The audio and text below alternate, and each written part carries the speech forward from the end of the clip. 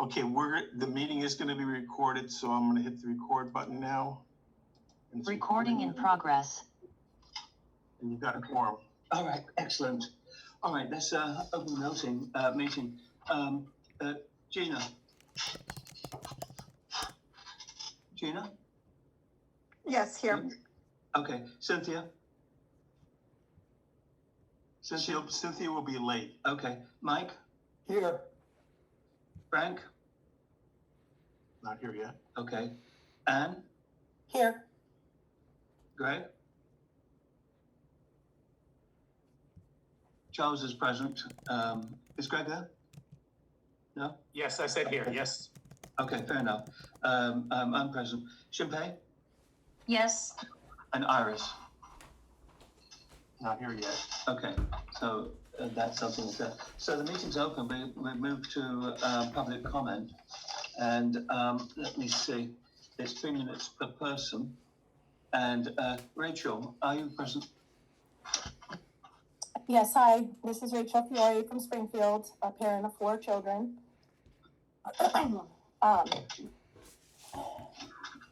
I'm here to talk about my experience here at PVCICS and speak about how my family continues to be discriminated against by the leaders of the school. In response to sharing my story publicly, I have been cut off by the chairperson during my comment time, told I can't say certain things. But most egregious is how little curiosity the Board of Trustees has had to any of the concerns brought to you by parents in the past year. I assume the board must be aware of the multiple DESI PRS findings of noncompliance in the last year, including a delay of child fine timelines, which means that they didn't evaluate kids when they were supposed to, and it's a big deal. Some of you with SPED history know that that's a big deal. Noncompliance with restraint reporting, and transportation of children needing extended school year services in their IEP. I assume the board is also aware of pending PRS complaints being put on pause while the school council has filed the first 2 hearing requests at the Bureau of Special Education Appeals in the last 10 years. That's as far back as I checked. It might be the first they've ever done. I am here to continue a now 2-year-long fight to secure the right of my children and other people's children and younger siblings of students here who have special needs to be able to attend here and get the federally protected rights of that are part of federal and state law. I'm glad to see DESI is here. I don't know that they're aware of the latest developments in the last couple months, but I did want to make sure that all of the board members are aware, because I don't have emails to you, and you know, I don't need to be sharing all of this information, personal information about my case, but I do want you to know that this is real stuff and real non-compliance, and you guys are in charge of making sure that the school is following the law. So I'm here again to say the same thing. And I hope that you'll take it seriously now that there's actual complaints and non-compliance findings and things like that. It's going to continue if things don't change. I'm just here trying to get my kid to be able to go to school at the same place that his siblings were able to. And it's really gross, what's going on. And I really want the parents listening to check in on their families, in their own grades that are, that do have children on IEPs and things like that, because, and especially the kindergarten kids, because they start right away with counseling these kids out, and I will wrap it up. But please check on the kindergartners and the first graders and the second graders, because some of us are fighting for our life to keep our kids here, and it is wrong, and I'm going to keep saying it's wrong. Thank you. Okay. All right. Erin, are you there? I am. Can you hear me? Okay, you have 3 minutes, thank you. Okay, thank you. Erin McCarthy, I'm a resident of Granby. I have a child in the school. I'm speaking tonight on behalf of CPAC, the school's Special Education Parent Advisory Council, which I'm a member. But first, I just want to know, I know I spoke a lot at meetings last year, and I want to remind myself and all of us that we're all here for the same reason. We're here because we believe in the mission of the school, the goal of the school. We believe that all kids should have access to a bilingual education. And by all kids, I mean kids of all different income brackets and ethnicities and races and religions and abilities and disabilities. And that's why this is a public school and not a private school. So we're all here for the same reason, because we want to see it grow and we want it to serve kids across the region. And that's really what CPAC's goal is, to support families and to support students so that they get the resources and accommodations that they need. So I would first like to make a request to the board that CPAC has dedicated time at every board meeting. Our co-chair, Liz, has made this request many, many times. We have not heard from the board, but I would just like to read from Massachusetts state education law regarding CPACs. And it says, the Parent Advisory Council duties shall include, but not be limited to, advising the district on matters that pertain to the education and safety of students with disabilities, meeting regularly with school officials to participate in the planning, development, and evaluation of the school district's special education programs. So we are supposed to be, by law, engaging with the board and with school leaders on special education matters. So we will be following up with the board to schedule a time so that we can actually engage with you. But again, we would like time to speak at these meetings so we can engage publicly and transparently and really, make things happen for all our kids, but especially our special education population. And lastly, this is something for CPAC, but also for all parents. I know that on today's agenda is the transportation plan. And for months, or a long time, some parents have been asking for a transportation plan that reimburses the school by the state. And I know that's part of the conditions now and that the board will be working on it. We are asking that the board ask for parent feedback on transportation, whether it's conducting a survey or a roundtable or both. We're the ones traveling 40 minutes to get our kids to this school because we care about it. So we hope that you will ask us what works for parents when it comes to transportation. Again, thank you for your time, and we hope to work with you a lot more this year as a CPAC. Thank you. Michael, are you present? Thank you. Yes, I'm here. Would you like to present? Sure. So, I'm sorry that I have to be here again, and I'm sorry that I'm anticipating another year of needing to file complaints and pursue them with the state. The school's been around for, I think, at least 17 years. I've been involved with the school for 17 years. I've had students here. I got involved really seriously last year after my son's 504, and some language was not allowed to be used in it from an organization that has lawyers and educators to create such language. I just want to speak to the issue of engagement and feedback. I think ultimately, that's a big part of what we're dealing with here. I believe, and this is for parents and I suppose for board members and certainly DESE, one of the main issues that we have is resistance to criticism and feedback. And I would argue that it goes with the job of a board and a board member. And simply allowing public comment, although last year was reduced to 3 minutes, which is interesting. And also in terms of feedback, the parent survey, which is in the charter, the results of which were never disseminated to the parent community. We all had to file records requests to get them, so we weren't overburdened with fees and delays.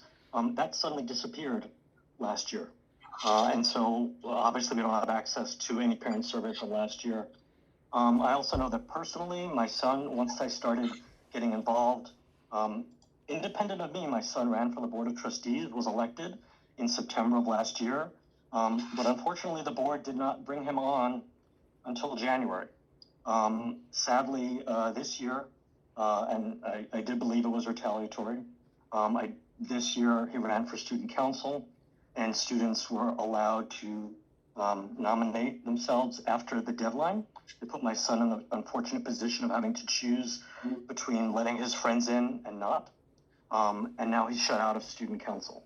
So one of the students, by the way, who was elected that ended up shutting my son out is the child of a teacher at PVC.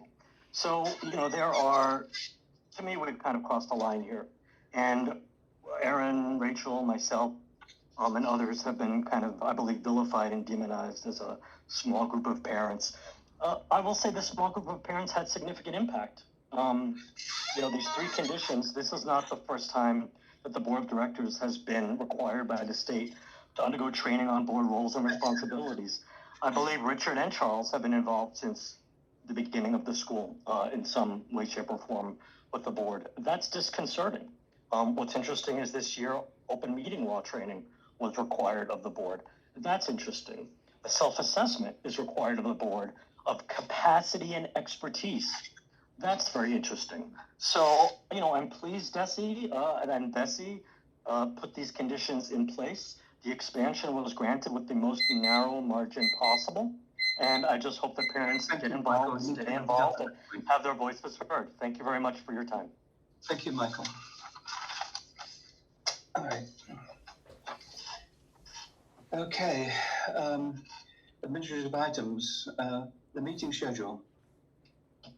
I will, traditionally, the school has met the first Thursday of the month.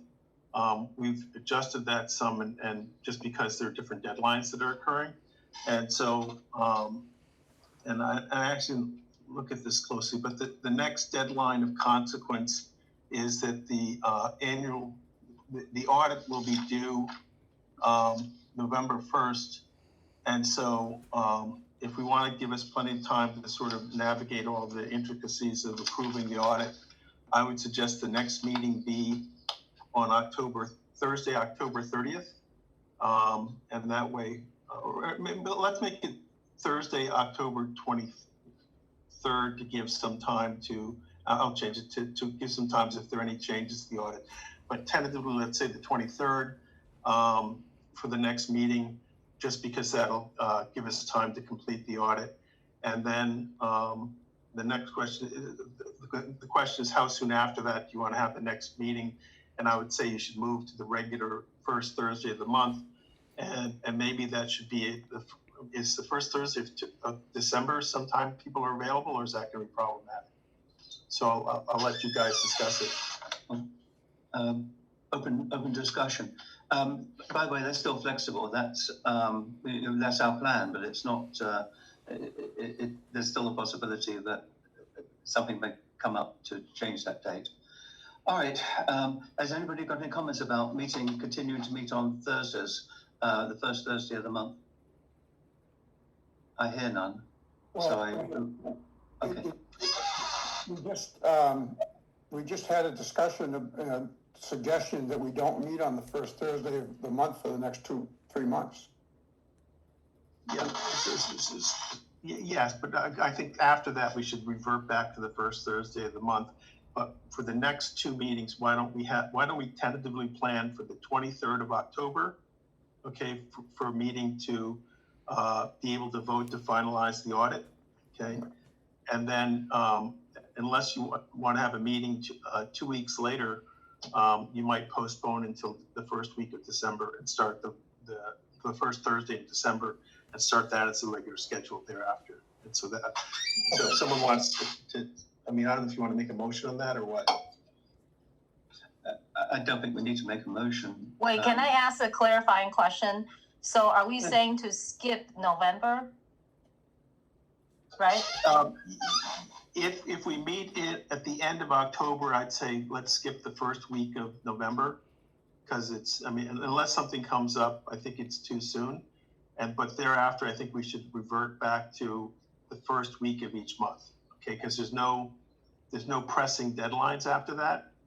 But this time of year, the deadline, there is a deadline that the board needs to approve the audit results for December, but before November 1st.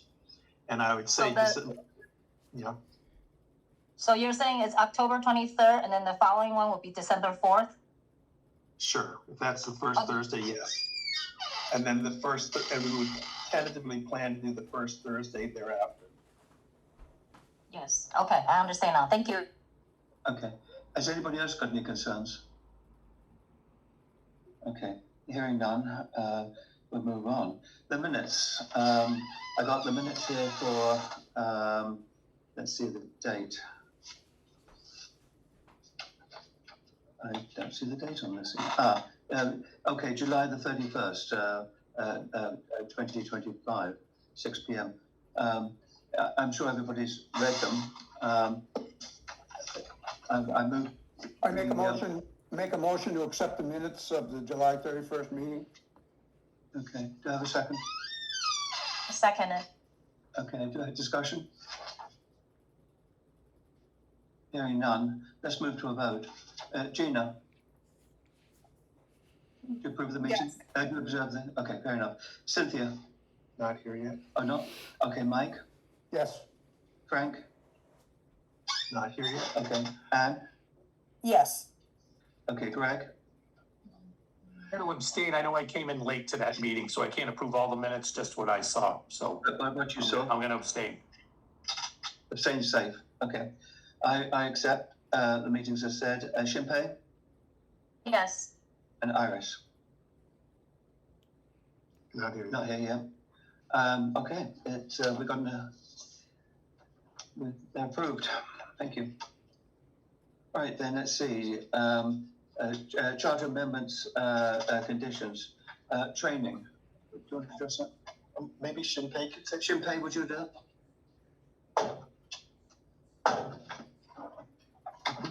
I'm sorry, what was your question? Okay, the charter amendment, conditions, training, do you have anything to add? I don't have anything to add, well, except we're waiting for feedback or approval from DESI. So I really don't have any updates unless we get an email soon to Okay. approve. I mean, Yeah, okay, that's great. On transportation, I've been working with the executive director, and he's been working with the Pioneer Valley Performing Arts School to compare notes on their transportation plans. And he's also been talking to a consultant regarding structure of routes and that kind of thing. We're making progress on that, and we'll hopefully by the next meeting we'll be able to give you something more concrete. Yeah, and basically we're going to try to. We've been busy with the other conditions and other stuff, but at this point we're focusing on the transportation plan. We will try to write up something that describes, what captures what PVPA did and what it would mean if we were to do something similar to that. And we're trying to get financials to be able to describe what the cost of the program would be. But at some point we'll have something that we'll probably send out to parents and do some survey to see what they think about the options in this. Okay. There's quite a lot of complexity in this. Okay, let's see. Enrollment policy and bylaws. This is just an update that we submitted the enrollment policy as a charter amendment, and we have not gotten notification of approval. I was told that was going to happen fairly soon, but we haven't gotten anything that said the enrollment policy has been approved at this point.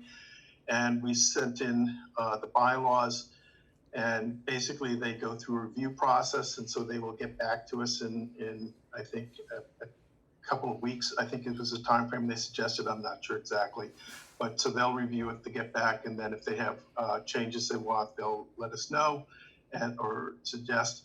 And then after that, we'll go through and do a formal charter amendment. But we need to have the review process occur first before doing the formal charter amendment. So that's the update there. I'd like to thank you for the work you did on that as well, because you know, your communication with DESE are important. Thank you. Okay, committee and task force. Let's see, trusteeship committee. Frank's not here to report anything. Okay, then we'll pass. Finance committee is not here either. And I'll report briefly. The financials have been sort of delayed because they're sort of going through the end of the year financials for the audit. And so they're finalizing June to make it official. They did send through, as of today, they sent through July numbers. We had a very healthy surplus of like $160,000, which I do not expect to persist. But that's reflected the fact that we had much higher tuition payments, and we had not yet, the salaries hadn't changed at that point. So the numbers will be adjusted, but for July, we've got a surplus, and we'll be working on getting the August numbers done shortly. Thank you. Thank you. All right, let's see. Personnel committee. The principal's job description updates that's been sent out. Do I have a motion to accept? Yeah, and I can just introduce that if other members would like some conversation about this. If you have, hopefully you have reviewed the principal's job description and the principal's contract of employment. These are the two documents that the Personnel Committee has been working to update. So the principal job description was edited very minimally, but it's now a more accurate rendering of the context, the support staff, and we tried to include, the responsibilities that Kathy will have with the new site. So you can review. We've had the school lawyer also review, and if you have any questions about that, let's see. Mike and I are here. Cynthia's not here, but we can answer any questions for you during discussion. And then the principal's contract has also been updated. The contract, our main goal was to update this to make this position in line and competitive with other principal contracts in the state of Massachusetts. Mike did a lot of research to find comparative roles in the state of Massachusetts. So in terms of school size, in terms of longevity, there are things in this contract that have been updated to again just make it in line and competitive with other contracts in the state of Massachusetts. So if you have any questions about what exactly was changed or why it was changed, please let us know in discussion. Thank you very much, Gina. I think we need to move to a vote on the job description. Do I have a motion? We need to vote on that. Is there discussion first? No, we need a motion. I think what was there was just an introduction. The discussion we're not skipping over the discussion. I move that the committee accept the revised job description for the principal as submitted. Do you have a second? I second it. Okay, thank you. All right, the discussion at this point. Yeah, I got just a quick question on like some of the safeguards, you know, if the principal were to be terminated, some of those look like they were struck down regarding, you know, almost like a compensation package. I'm just curious why. Can I interrupt on that? I understand what you're saying. The principal, I think we're not voting on both of the motions. We're just voting on the principal job description. But I think when we move on to the principal contract, I think I'd welcome the discussion on that.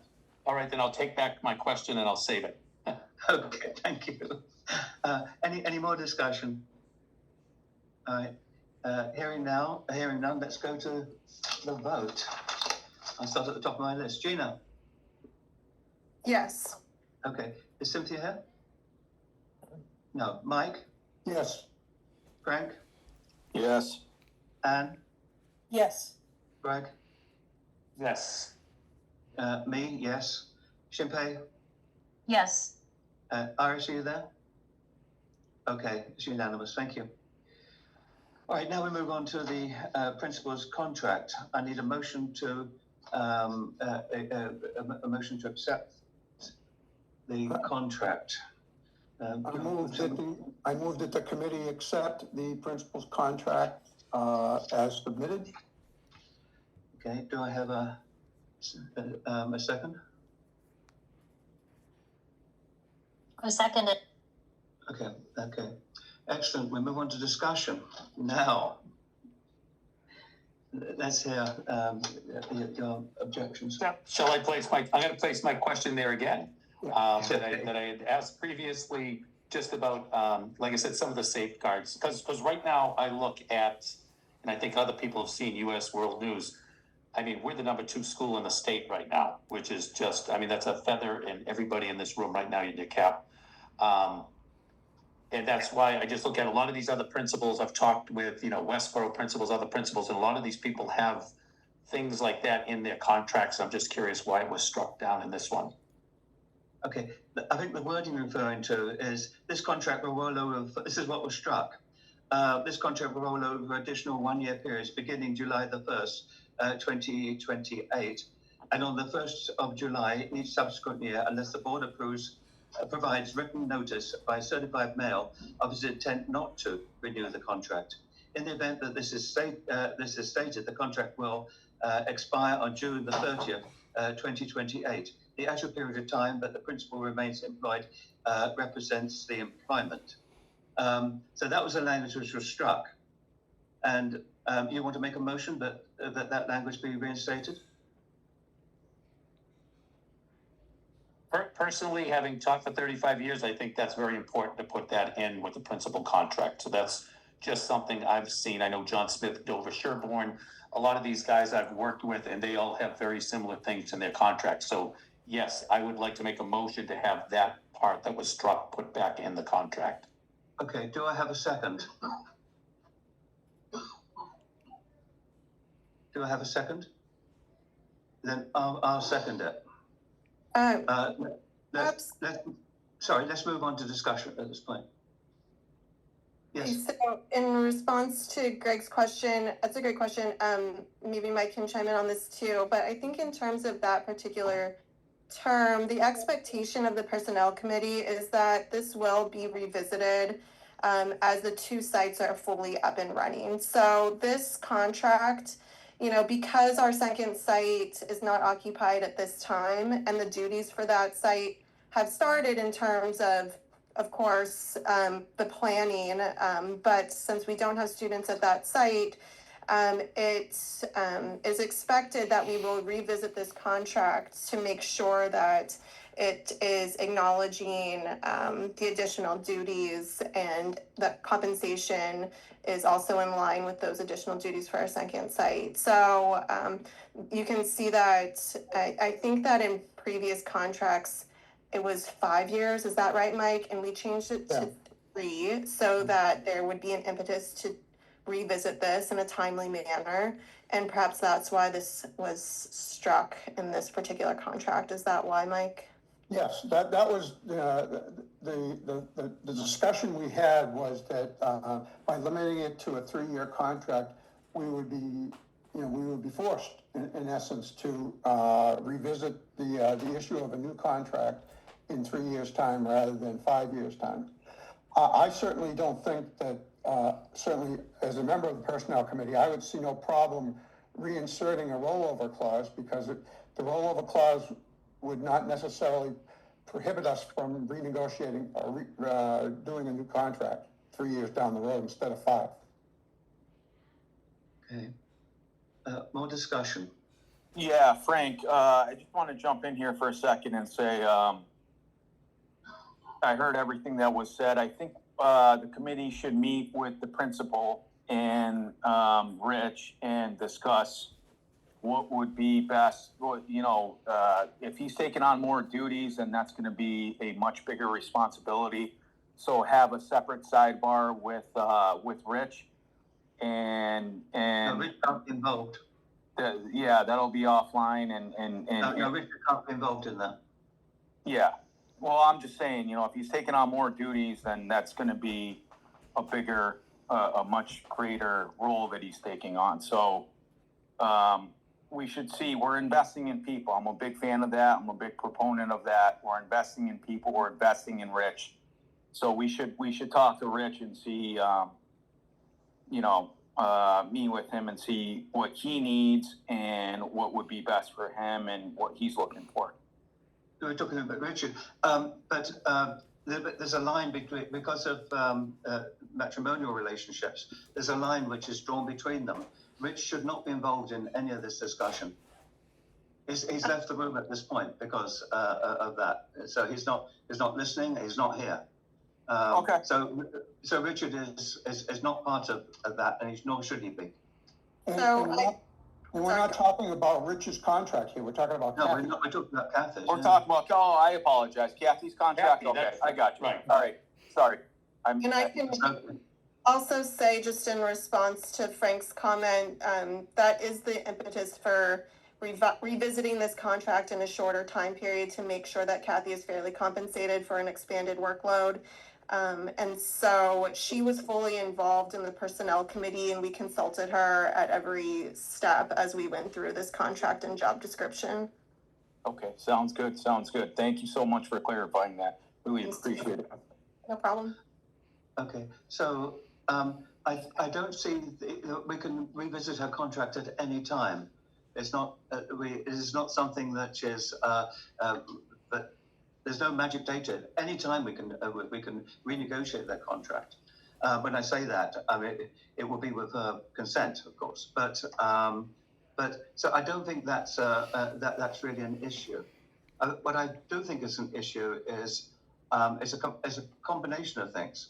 One, I don't know about your contracts. The last contract I had with the University of Massachusetts I had a 3-year termination period. So there was a rollover, but the rollover was always I had 3 years ahead of me. And people who are in that kind of profession, like her finding a new job, our finding a new replacement, it requires planning. And I don't want to be put into a position where the 2 years are up, and the clock's ticking, and we need to get consultants to replace her, and her finding new jobs. So this is why I'm concerned too about the language, this language being removed. It does no damage. It doesn't change your ability to change the contract with her consent. I think I've said enough. So you're advocating to reinstate the rollover phrase clause? I am, yes. So that's the motion. Was there a motion? Yes, and I think it was seconded. I think I seconded. Okay. Yes. All right. Any more discussion? We haven't heard from some people. So Charles, you're saying the rollover clause, you're a proponent of it? I'm very much in favor of the Okay. rollover clause. Okay.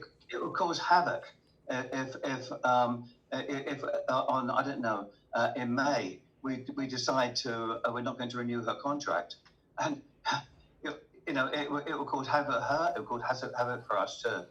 So I certainly believe that we should roll over that contract. Fair enough. Thank you. I guess my question is, why was it taken out? I missed that piece. I think it was taken out under. I attended some of these meetings, and I think it was taken out under the misunderstanding that the contract would need to be renegotiated for 3 years' time, and this would kind of force the committee to to get involved in that. But I don't see that as a necessity. Your thoughts? Well, the rollover provision that was in there was a 1-year rollover. Every year that a contract isn't renegotiated, for 1 year, the contract will be extended at the current rate. That's my recollection of the rollover. That's it. Do you want me to read the rollover clause again? Oh. All right, let's do it. The contract will roll over for additional 1-year periods beginning July the 1st, 2028, and on the 1st of July each subsequent year, unless the board provides written notice by certified mail of its intent not to renew the contract. In the event this intent is not stated, the contract will expire on June the 30th, 2028. The actual period of time that the principal remains employed represents the employment. So with the change of the date, that's the language of the pre-existing contracts. Right. Okay. Gina, I wasn't aware that we had removed that rollover provision because I changed the dates. I think that this is the version that was suggested edits from the board attorney. And so I'm not sure. In our discussions, we talked about 3 years instead of 5 years. Right. So I think that it's our prerogative to keep the rollover clause if that is what the full board moves. Yes, okay. Thank you. All right, then. And just a quick comment, Gina, I totally agree with the 5 going to 3, because you very rarely see principals in this state getting a 5-year deal. That's unheard of. Only Brad Marchand gets that with the Florida Panthers, that's it. All right, so we're voting on the amendment at this point. That's the amendment to re-include the rollover. Okay, Gina. Yes. Cynthia? Oh, she's not here. Still not here. Mike? Yes. Frank? Yes. Anne? Yes. Greg? Yes. Nick, yes. Shinpei? Yes. And Iris is not present. Is that correct? All right, then the motion is unanimous. Thank you. I'd like to introduce a second motion.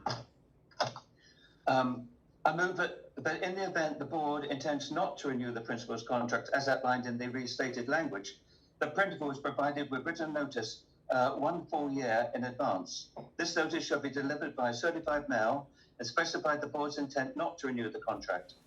This notice period will ensure that the principal has adequate time to prepare for the end of their employment and that the transition is managed effectively. So that's, I'd like to introduce that as my motion. Do I hear a second? It's a motion to amend. I second it, Frank. Okay.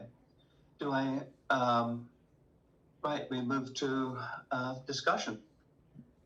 Do I have any discussion on this? I was a principal in public schools for 20 years, and probably the disadvantage of principals' contracts was that you were at the will. You could be dismissed with good cause at any time, with no advance notice. I'm not sure that the concept of a required year's notice to terminate the contract, I don't know if that exists anywhere, to be honest with you. In my case, I had a 3-year notification, a rollover each year, and a 3-year period for them to determine. But anyway, and I think that's been my experience quite widely. But then I've been university based, not school based. But for anybody to be, I believe in termination for cause. I mean, that's in the rest of the contract anyway. She can be terminated any time for cause. Right. And it spells out in the contract very nicely how she can be, for what reasons she can be terminated. However, I'm talking about, well, it's time for her to go. And, so it's not something which is an urgent matter, but it's something that we need time to plan. We need to get consultants in. She needs to look for alternative employment or whatever she wants to do. But it seems to me that she needs one school year to be able to do that kind of thing. That's how the recruitment period is that kind of time. That's the cycle that will be on. Dumping someone out into the market for no real reason, no business of cause, I think would be a bad policy, both for us and for the principal. Well, I guess I would like to suggest that we take more time to research this and maybe have the attorney weigh in, because I really think that's setting a precedent that I don't know if this school wants to do. It has nothing to do with Kathy. I mean, we have to be thinking about. I know, we're talking generally. Yeah. Someone else will get this contract. Yeah, and again, I don't think there's anywhere where in the state of Massachusetts where a principal is given a year's leeway, or a year's notice before their termination.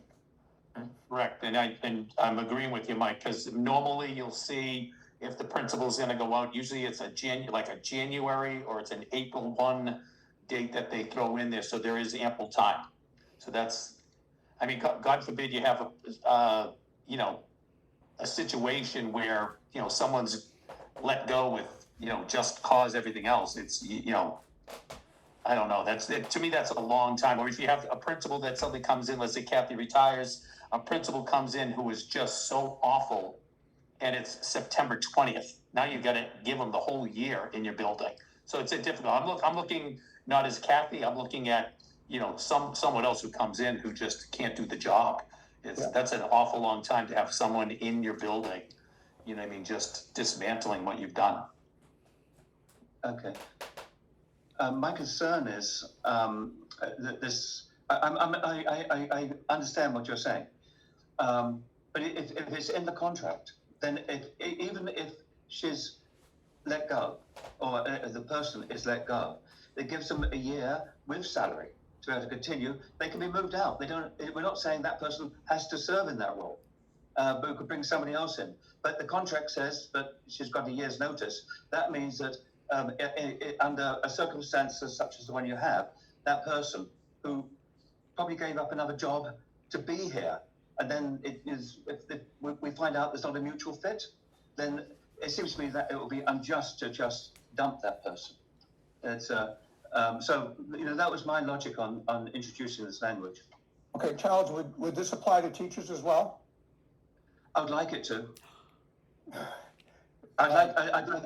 Well, the contract. The contracting for cause. I don't think if somebody you can't let the teachers have got a contract. They've got an annual contract, and if they're let go, it's a lot easier to get a job as a teacher than it is as a principal. But I believe that if you were to let a teacher go, and you didn't have cause, then the rest of the contract, I believe they will be paid for the rest of that contract, unless there was cause to let them go. I don't know. I haven't got legal advice on that, but that would be my suspicion, and I think that would be the moral thing to do. But you're saying even if there's just cause, that they would get paid for a year? No, if they're just cause, they're out.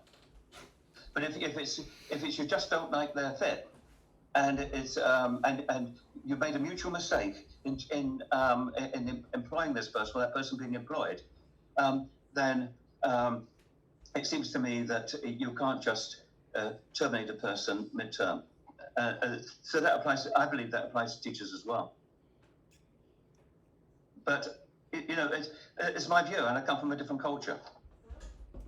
That doesn't really make sense to me. I think teachers is under operation, isn't it? I don't think there's something that's up to the board to discuss. You're right. Yeah, that is true. However, the terms of Kathy's contract, she's very careful to, have a comparative contract with the faculty. And so there are ways in which the faculty contracts are influenced, or there is some assumption that they will be influenced by the changing terms of her contract. So, I think it's a good question that Mike asked in terms of, how would that clause impact the teachers' contracts? They are under operations and we don't deal with teacher contracts as the board, but I think that it's fair to assume that it might influence how those contracts would be renegotiated or perhaps changed as well. I agree with Mike that, the terms that we changed in Kathy's contract, we did with a lot of a comparative analysis and under a review of the board attorney. And I feel like any additional changes that we propose will need to have the same level of scrutiny and comparative analysis from the personnel committee. So if this is something that we feel could be added in the future, that's something that the personnel committee can take up in 3 years' time when we renew this contract, or it's something that, like Nick has said, we can revise this contract at any time with Kathy and with the personnel committee. Okay, any more discussion? Otherwise I'll take it to the vote. All right, let's see, I've got my list here. Right, let's start. Gina, do you want to vote? Up or down? I'm going to say no on this one. Okay, Cynthia's not here. Mike? I'm gonna say no as well. Frank? Yes. Anne? Can you just say the motion one more time, please? Okay, the motion. I move that in the event the board intends not to renew the principal's contract, as outlined in the restated language, the principal provided with written notice one school year in advance. This notice shall be delivered by certified mail and specify the board's intent not to renew the contract. The notice period will ensure that the principal has adequate time to prepare for the end of their employment and the transition managed effectively. This doesn't mean that someone can't be dismissed for cause. If someone's ineffective or whatever, then they can be dismissed. But otherwise, I'm gonna vote no. okay. So that's 3 no's and 1 yes. Is that correct at this point? Okay. Greg? I'm gonna clarify. I'm a no because I think it should be less time. I think it should be like a January, like the end of the year, but not a full year. I think that's excessive. Maybe we can bring this back to your committee, to the committee, to the personnel committee to look at to take a look at that idea anyway. Charles, I brought the motion. I'm going to vote yes. But Shinpei? I abstain. Okay, I understand why. Okay, and Iris is not here. Then the motion fails. Thank you. All right, then let's move on to the original motion, which was to accept the principal's contract, and it will be accept the principal's contract with the rollover clause included at that point. All right, we move to, I guess we're still in discussion at this point, aren't we? Any further discussion on the contract? Hearing none. We vote on the contract. So it's clear what we're voting on. We're voting on the contract as presented by the personnel committee, with the rollover included, but not the clause that I introduced. Correct? Okay, Gina. Yes. Cynthia? Oh, she's not here. Mike? Yes. Frank? Yes. Anne? Yes. Greg? Yes. I'm voting yes. Shinpei? Yes. And Iris is not present. The motion passes unanimously. Thank you. And thank you for the Personnel Committee for the hard work you've got on. I mean, I attended some of those meetings and you really put your back into it. I really do appreciate it. The board appreciates it, I'm sure. Thank you. Thank you, All right. Tina. Okay, let's see. Personnel Committee. Principals update. Are you there, Kathy? Oh, yes. Are you there, Kathy? Yes, I am here. I need to be made host to share screen. Hi, everybody. Happy rainy Thursday. And I'm going to share a screen. I also invited Alex Chin, who is our AD, because we need the athletics handbook voted, and he's actually in the hallway in a little meeting, but I will share my screen and do an overview slide. And then if possible, I'd like to just jump ahead to his part and then circle back to my portion. So because he has double booked himself for meetings today. Can you see the screen? Yes? Yeah. Okay. Excellent. So thank you to the board. I am going to do a very quick sort of overview of the 2025-26 school year. It's the 19th year of the school. Today is day 22 out of 180. Nobody is at the point of counting the days yet, but they will start typically in the winter. As I mentioned in the last meeting, new staff returned August 13th. Other staff returned by the 18th. Returning staff could come back on the 18th. Students returned on the 26th. Friendly reminder, the school calendar has been posted on the website for quite some time. It does have links to the board meetings, the CPAC calendars, as well as important dates for parents. We did have our new student orientations for K6 and 9th. They went very smoothly. We were happy to welcome new students, which was a critical piece of the charter amendment to have those slots available. We also had some backfill students in grades 1 through 4. And because those are, a handful of students, we tend to have individual meetings. Last week, we had 4 curriculum nights that spanned K through 12.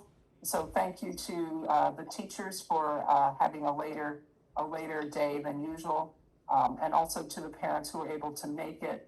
I wanted also to thank the Family Association who had tables set up in the hallway.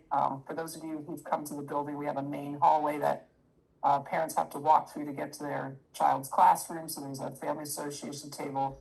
There was a CPAC table, and there was a Booster Club table. So it was sort of like running the gauntlet of tables and handouts this year. Last but not least, I'd like to put a plug into athletics before I turn it over to Alex to jump to the revised athletic handbook. Practices started as early as the 18th. Our cross-country running team was the first. That is one of the most popular teams. It has almost 50 students in middle school and high school. And just some kudos to Coach Brown and Coach Burkhead, who happen to also be 2 teachers in our high school. So they have very long days on practice and game or meet match days. They had very successful recent competitions. We also have pickleball, and we also started a volleyball club. So without further ado, Alex Chin has joined. What I'm going to do is I'm going to jump to the slide about the athletic handbook. And I was just talking to Alex prior to this agenda item saying it's almost like a reunion of ADs because we have Greg Rhoda and our very first AD, Mike Rooney. So we have 3 out of the 4 ADs here. The 4th one, Nicole Cronin, is a full-time teacher, so she is not here. But I am going to turn my laptop and show the slides should be showing for the changes. And Alex, hopefully my very old computer will work. Awesome. So hello everybody, I'm Alex Chin. I'm the current athletic director for the PVCICS athletics program. Just here today to highlight athletics handbook changes. We had a couple of changes just to make it more modern. As Kathy said, we had new clubs that we added to the handbook just so it's transparent and clear. We also added alpine skiing, Nordic skiing, wrestling this year is going to be new. making Linus also officially under athletics as well to just make things easier. In addition to that, even something like tennis wasn't on the handbook before, now that's added. And then we have club track and field. In 1 or 2 years, we'll definitely try to see if we can make that a varsity team as well. And then also we added club climbing last year. That being said, just updating some academic standards after some feedback. We kind of made our goal here was to make the academic standards more clear rather than a passing grade in all subjects in each marking period. We kind of wanted to adjust it more towards what is already in our family handbook, as well as make it more clear for any teachers that were reaching out about any grade slipping, just making sure we're on track to be up to our academic standards in the rule book. The really small change, just the chemical health policy went from Rule 71 to Rule 62. Everything's pretty much the same, but just updated that in our rule book. And then also just high school and middle school teams. We've seen this year with soccer. A lot of our star players actually got injured, and just help with getting playing time.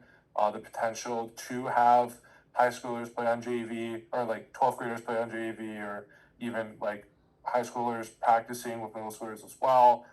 Situations like that where we just need, I guess, for a very extraneous case, just having that in our back pocket if needed. With that being said as well, just like more facilities, just putting in that we're using to have the young men's club for ultimate as well as soccer, and just Hampshire for the basketball courts and tennis courts, just putting that in there, asking that students respect those spaces, having that in the rule book, just so we can go back and tell our vendors if there's anything that like we are trying to adhere by their policies. And yeah, also just transportation as well is updated, added that the athletic director was another person to get permission from. Originally it was just the principal. So just coordinating with Kathy and just having that tandem of understanding of the rules. And then also payment as well. We moved to being on Squarespace, being able to check out on the website. That's just easier to get emails and just get information like that. So that's much easier than just with the check method previously in 2017. And then also for number 6, this is an enforcement added by the MIAA, which we are abiding by, just making sure that our athletics program, our athletics staff, as well as their principal understands the MIAA rulebook, and going to their mandatory meetings, which I am in compliance with. Also going to another one on Monday just to make sure that I'm double down in compliance with. So that one's going to be in Hudson, so that's going to be fun. And then concussion policy, just making sure we're up to date with that, making sure cross our I's, dot our T's. And then just modernizing the language as well, to be more inclusive is something that we added to our guidelines as well. And then finally, just the mission statement, just again, some changes in the wording, but still the same meaning. And yeah, that's pretty much all the updates we had for the athletics handbook. Okay. Any questions?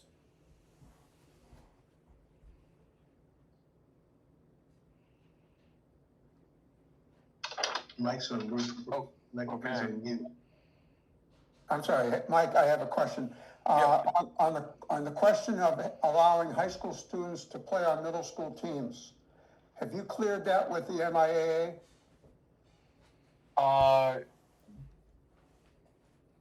It's over here. Yeah. So, Mike, to that, I believe that there is, for high schoolers to play on the middle school teams, that's not under the MIA's discretion. But clearing it with the MIA, I haven't. I can definitely do that when I go to the meeting on Monday, just to double and triple check. Again, this being a exception from the athletic director. If the MIA says it's not the case, then we can just clear it. Okay, I just, So just very quickly, I've never heard that being done before. Mm-hmm. Yeah. So, you said a reverse. You said the high school kids were playing down. My whole thing cut out. My Zoom cut out. I just came back in the middle of this. So you just said the high school kids are playing down at middle school? So that's not what this rule is for. This is just an exception if need be, like having it in the rule book. Another thing that we were kind of understanding as we brought in the wrestling program, as well as dealing with our co-ops, the whole rule with the one principal for middle school and high school kind of encapsulates that whole 6 through 12 on the MIA as well. So that kind of covers us for any compliance in that case as well. But I can, Mike, to your point, I can definitely double check. Our goal isn't to have high schoolers necessarily play at the middle school level, but in the case, like even this year with our soccer team, we had 35 students sign up. A lot of them aren't getting playing time to be able to scrimmage or to play more casual games, maybe without a ref, and getting the okay both from our coach as well as the opposing coach and the other AD. Having that option available is definitely something to have an opportunity with, just given how we're under one principal from middle school and high school, and just situations that arise, like having a 35 person soccer roster. There was the 7 through 12 or 6 through 12 was always an issue about kids playing up. But they were never allowed to play down from high school down to middle school. So I think you're gonna find it's gonna be a legal issue because of the potential injury. Let's say it happens by accident, it's a lawsuit if you got an older kid playing down at a middle school level. That's why it's when they flipped it with the sixth graders playing up, they could do it, but a lot of coaches were sparingly where they put them. You'd have some kids who could play, but and what's funny is I know Coach Locker, he had some 6th, 7th graders playing up on the varsity team when that team was going. When I was there, I don't know what that was, like pre-COVID, and that's what the state, that whole rule is made for, and it's like teams that need to. Like they don't have enough players. That's the other part of it. If you have too many players, that's one thing. But if you don't have enough players, that's when they start letting the 6th, 7th graders play up, so that you have a varsity team. And then the next level, you'd have to try and do a co-op with somebody to fill up rosters. So that's why I think that's, Kathy, that would be a legal question for the attorney. I think the attorney would say no. And the other one to ask is just Lou Conte. Lou Conte is Lou's still the Western Mass guy? no, he retired, I think. Actually, no. He never sent me a party invite. He didn't retire? Oh, okay. I see some of his emails once in a while, and I see him at the AD meetings. But yeah, Mike and Greg, to your points as well. Just the legal question really comes back to the explicit athletic director's exception. If that is if it's not allowed, then just understanding as an athletic director that I will not allow it and be able to. Yeah, I can also scratch it as well from the handbook if that makes things more smooth in that sense as well. But just the exception from the AD, if there ever is a question about it, I can just make sure that I say that they're not allowed to in that circumstance. I would scratch it and just put in something that says athletic director's discretion. Yeah. You know what I mean? On kids playing up or down or whatever. So be your discretion. Then it's not really written. It kind of saves you. Yep. Sounds good. I think it's a point for the lawyer. Sorry. I said it's something for a lawyer to look at. I don't think any of us are qualified to do that. Can there be a motion with that amendment to scratch that and then approve the handbook? The athletics handbook? I can do that.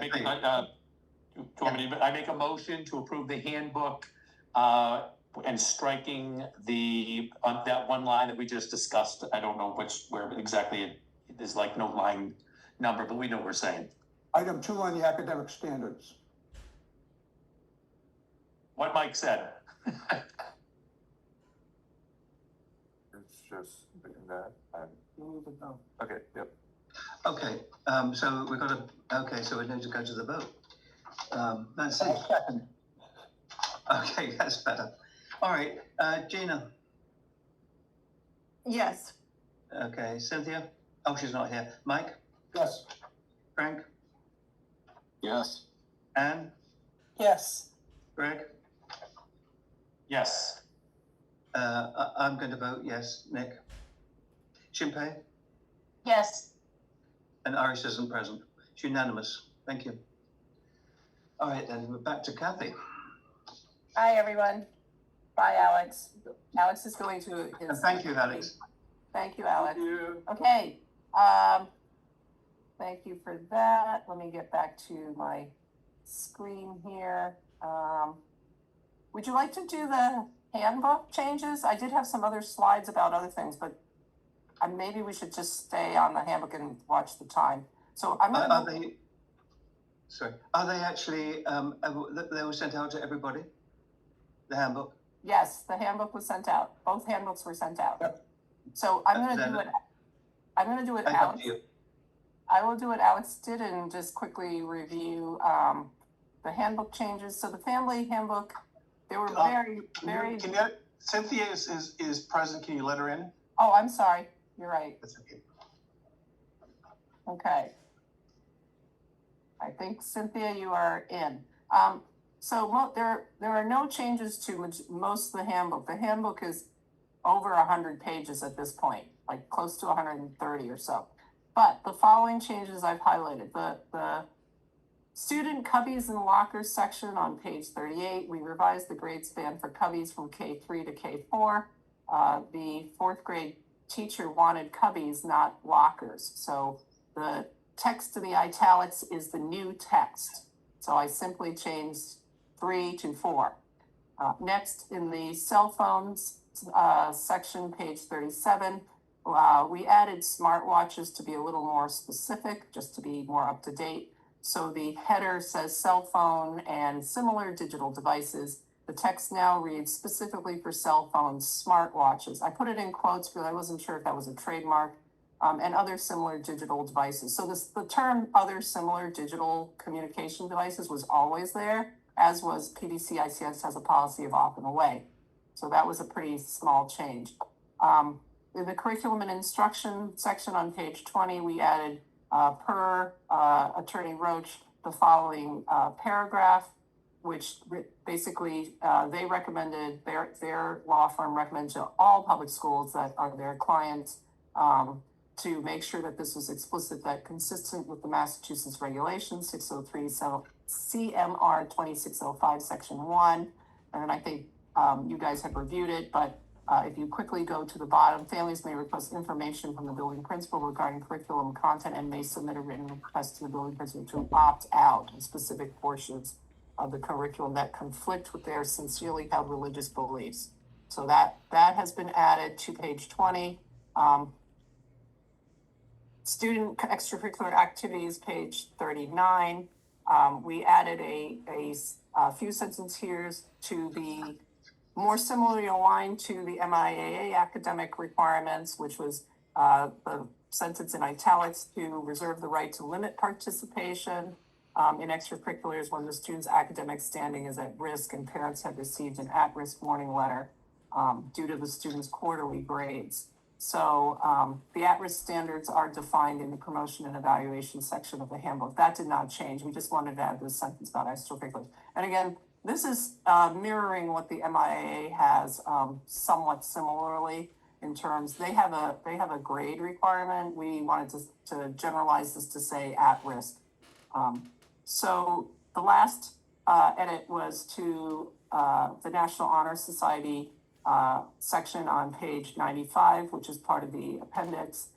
Under the section scholarship, it now reads, to be eligible for membership, students in their sophomore, junior, or senior year must maintain a GPA of at least 3.3 for classes 24 through 27. So that's the current class plus the one following. But then starting with the class of 28, a minimum GPA will be raised to 3.6.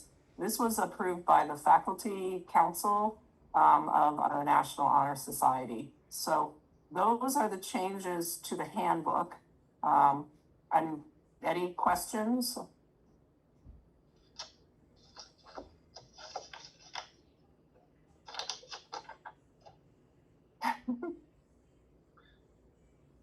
Hearing none. Okay, somebody has to do a motion to approve. and then I can move on to my Alright. other slides. Do I hear that motion? Motion to approve as written. Thank you. A second? Second, A second? Okay. Is there any discussion? Okay, well, thank you that's a lot of work. Thank you. Okay. All right, then, it passes unanimously. Okay, I have just a couple more slides. I know, this is exceeding the 5 minute on the agenda, but, I did wanna, brief What's you his name? on. Hello? Oh, I wanted to, Sorry, I was gonna ask, we didn't actually do, a vote, did we? No, we're gonna do roll call. Oh, Yeah, sorry. sorry. I'm sorry. Thank you, Anne. All right, I then. feel better. I thought I blacked out. Okay, fair enough. Gina? Gina, you voting? Yes. Okay. Cynthia? You're there Yes. now. Mike? Yes, Frank? Yes. And this is your opportunity. Yes. Greg? Yes. Charles, yes. Shinpei? Yes. Okay. And Iris is not present, correct? All right. It is now unanimous. Thank you. Okay, sorry for jumping in and all that. No, thank you. Okay, okay, so I covered the overview. I did wanna, thank DESE for all their work with MCAS. It will be publicly released on the Monday, the coming Monday, for the spring 2025 results. Districts were given embargoed results, prior to that, but we are not allowed to talk about it. What we are allowed to talk about, because it was also posted in a commissioner's newsletter, was DESE is rolling out a new MCAS family portal, and they're saying it's going to be open for parents to set up a login October 1st. So we're going to be sending out a letter to parents saying this is how you set up a login. And there'll be more information on how you do that. But I attended a webinar that DESE had just this week about how parents will be able to, 24/7 log in and check their students' MCAS results. So I just wanted to brief you guys on that. And then I saw this article, and I don't know whether you guys did, and we have talked about sort of where education overall is going and the effect of AI on everybody's lives. But this article is it's on boston.com. You could probably find it yourself, and it was from 2 days ago, and it's about the header the title sort of says it all. More than 1,000 MCAS essays scored incorrectly due to AI mishap. If you read further, this is actually a small percentage of the 750,000 essays, MCAS essays, but it's an interesting article in that AI is moving into many different areas of education. We've talked about ChatGPT and the use for people or students generating, text material. But this is being used to score, and it is the outside vendor that DESE contracts with that is integrating this into their platform. So again, if you want to find it yourself, it's on boston.com. It also made, I think, one of the TV stations as well. So lots of stuff going on. Next slide. The other thing this is a sort of preview for you guys on the board. I know you've been very supportive of the school and our rollout of the high school. As you know, we did talk about how last year, due to the statewide vote, MCAS 10th grade ELA and MCAS, the scores were eliminated as the sole basis for what's called the competency determination. This is for high school students. So every school district, with that change, every school district is required to have a policy uploaded to DESE by December 31st. So it's under development. I'm not sure if you can read this table, but I will be talking further about academic requirements. But the state has provided guidance. It was published in August, and this blue table is from that guidance about the minimum requirements for a high school student to earn what's called CD. This is in addition to the local graduation requirements. So I know there was actually some confusion in the beginning, thinking, oh, if it's gone, then you can graduate, et cetera, et cetera. So that's that.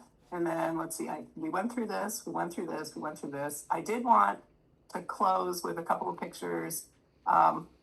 Just there's so much going on with school. We've finished, this is the 5th week. We finished 5 weeks. It went basically very smoothly. Teachers really decorated. When you walk into the classrooms, and I think parents who came to curriculum night saw that the classrooms look fantastic. The one on the left is a kindergarten, just one of the many bulletin boards we have welcoming the kindergartners. We did bring kindergartners in mid 3rd week in August for what's called exploration days. So 5 families at a time could visit. That way the kindergartners could get used to seeing the school and seeing everything before the start of school. The picture on the right is another classroom. Just very positive, but trying to focus on our values as a school and sort of the community aspects of things that we want students to exhibit. Then, if you walk around, which, I like to actually walk around not only when the classrooms are quiet after school and take pictures, because this is a public meeting. I'm actually stopping taking pictures of students just because I don't have permission from the parents for some of those pictures. The picture on the left is actually a high school math class. Believe it or not, this was on the board on the first day of school. So I think for high school students, certainly in 12th grade, they're greeted with something like this. But similarly, on the other side, there's very warm, welcoming messages about being back in school. And then finally, I did show pictures of class pets at one of the previous board meetings, and I wanted to show a picture of the 2nd grade bearded dragon who spent the summer off-site at one of the staff people's homes. The wizard came back happy, healthy, on time with the teachers for orientation, and was ready to go with the students. And we're very proud of the students because they have the elementary students have the class pets. They have jobs to take care of the class pets. So that's my last slide. I will stop sharing and turn it back over to you guys. I would like to add that someone mentioned that we came second to, I think it was Boston Grammar. Well, Boston Grammar is highly selective, and we're not selective at all. We take students by a lottery. So, we are, of the normal access type people, we are the top. Thank you. Yeah, I think you mean Boston Latin. Yes, Boston Latin. Boston Latin, yeah, did I say something wrong? Yeah. Yeah. Latin has been #1 for a while. But they're extremely old. Are they the oldest school in Massachusetts? I just ran those numbers. They're over 350 years old. Okay, no, I don't remember back then. Okay, thank you. Mm-hmm. All right, Executive Director, do you have an update? Yes, I was just gonna, first thing I'll mention is that we've hired a Director of Operations who's going to be taking over some responsibilities, but particularly with, we initially sort of focused on purchasing type activities and things like that. And he's also doing some things with ways involved with the transportation studies we're doing, and also some athletic stuff. And so he's getting involved in a variety of things, but he's new to the school, but he's got considerable experience. He worked for the Springfield Boys and Girls Clubs for several years, and so he brings something to the table. Charles Branch is his name. And then in terms of things we're doing right now, at the last meeting I mentioned that we're working on the stormwater management system repairs. That will we're expecting to get offers or proposals I think next week, and so that's moving along.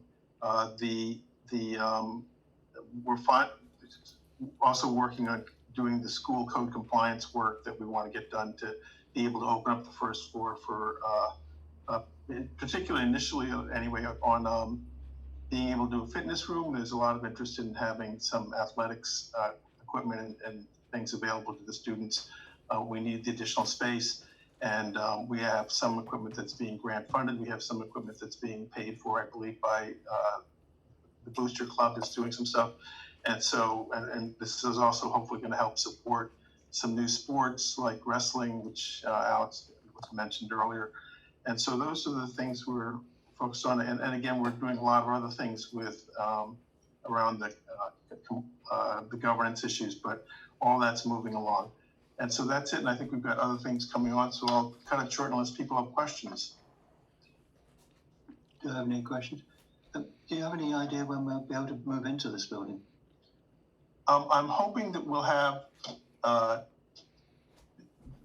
we'll have code compliance in December, maybe December 15th, for to be able to use the space. We have to see. It's sort of a moving target, but I think we're in pretty good shape right now to do it roughly in that time frame. Okay. Thank you. Anybody else with anything at all? Let me see. Any new business? I hear none. All right, we're going to enter into executive session, and we're going to need 2 votes. We'll do them individually. We need a vote to enter executive session pursuant to MGLC 30A Section 21A1 to discuss complaints or charges brought against a public officer or staff member, principal, executive director, and the board. And there's a second vote. You can merge them as well. Oh, we'll merge them, okay. To vote to enter executive session pursuant to MGLC 30A Section 21A7 to comply with or act under the authority of any general or special law approval of executive session minutes. The board will not return to open session at the conclusion of the executive session and will adjourn therefrom. So that's what we have. So did anybody understand my garbled version? Did anybody not understand? Well, I'll read it again if you want. But anyway, it's read. We're going to go to the vote. Charles, Do a Charles, motion. make a motion to adjourn the regular meeting. No. We adjourn at the end of the, we're just going to vote to move into the executive session. We don't need to adjourn the first meeting. Okay. We can adjourn. So the motion is to adjourn to the It's a move to executive session. Okay, as to enter executive session. I need a second. I second it. Okay, we'll move to the vote. No, we need a discussion, do we? All right, no discussion. Okay, Gina, Yes. Cynthia, Yes. Mike, Yes. Frank, Yes. Anne, Yes. Greg? Greg? Greg? Muted. Mr. Rhoda, I said yes. You did, excellent. I'm saying yes to Shinpei, Yes. and Iris is not present. So it's unanimous to move into executive session. So at this point, we need to, as we say, go into camera, executive session. okay, and I'm going to end the recording at this point.